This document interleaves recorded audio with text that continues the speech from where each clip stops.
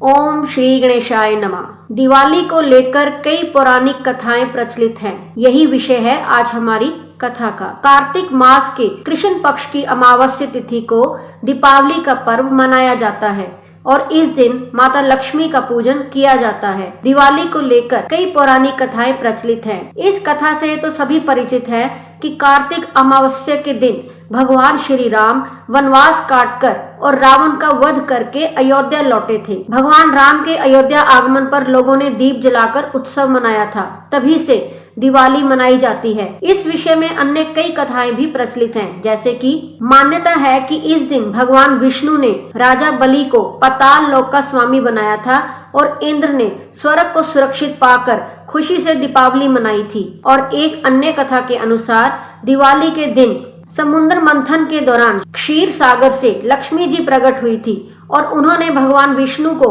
पति के रूप में स्वीकार किया था। तभी से दिवाली का त्योहार मनाया जाता है।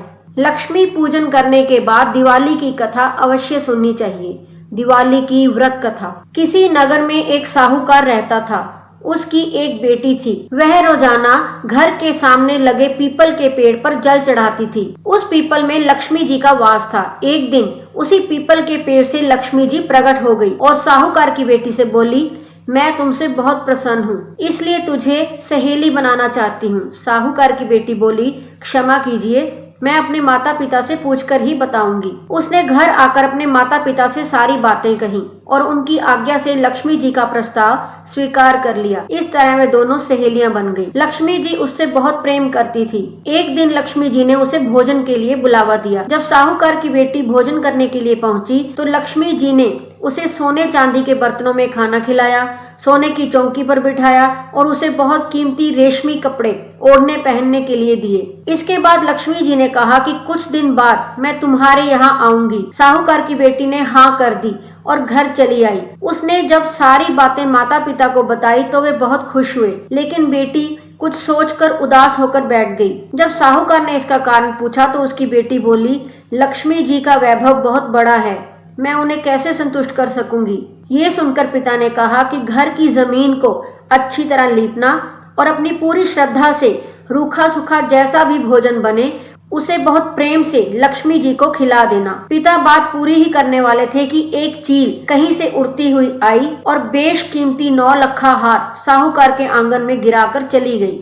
ये देखकर साहूकार की बेटी बहुत खुश हो गई।